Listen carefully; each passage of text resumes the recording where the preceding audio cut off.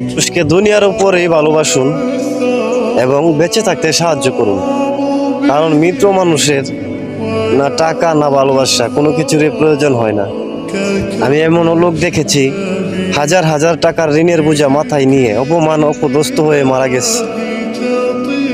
সেই লোকের জানা যায় তার আত্মীয় স্বজন প্রথম লাইনে দাঁড়িয়ে বলেছে যে ওনার কাছে যদি কোনো কেউ পাওনা দাওনা পান অবশ্যই আমাদেরকে বলবেন, আমরা দেওয়ার চেষ্টা করব।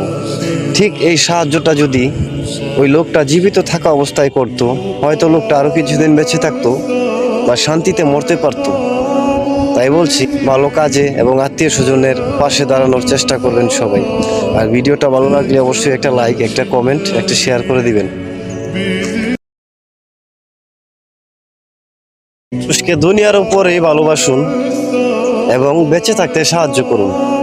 কারণ মৃত মানুষের না টাকা না ভালোবাসা কোনো কিছুরই প্রয়োজন হয় না। আমি এমন লোক দেখেছি হাজার হাজার টাকার ঋণের বোঝা মাথায় নিয়ে অপমান অপদস্থ হয়ে মারা গেছে। সেই লোকের জানা যায় তার আত্মীয় স্বজন প্রথম লাইনে দাঁড়িয়ে বলেছে যে ওনার কাছে যদি কোনো কেউ পাওনা দাওনা পান অবশ্যই আমাদেরকে বলবেন, আমরা দেওয়ার চেষ্টা করব। ঠিক এই সাহায্যটা যদি ওই লোকটা জীবিত থাকা অবস্থায় করত, হয়তো লোকটা আরও কিছুদিন বেঁচে থাকতো বা শান্তিতে মরতে পারত। তাই বলছি, ভালো কাজে এবং আত্মীয় স্বজনের পাশে দাঁড়ানোর চেষ্টা করবেন সবাই।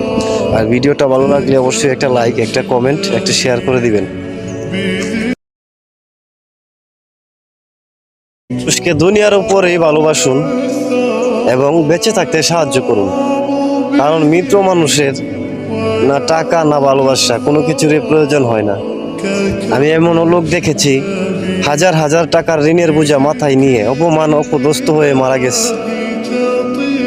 সেই লোকের জানা যায় তার আত্মীয় স্বজন প্রথম লাইনে দাঁড়িয়ে বলেছে যে ওনার কাছে যদি কোনো কেউ পাওনা দাওনা পান অবশ্যই আমাদেরকে বলবেন, আমরা দেওয়ার চেষ্টা করব।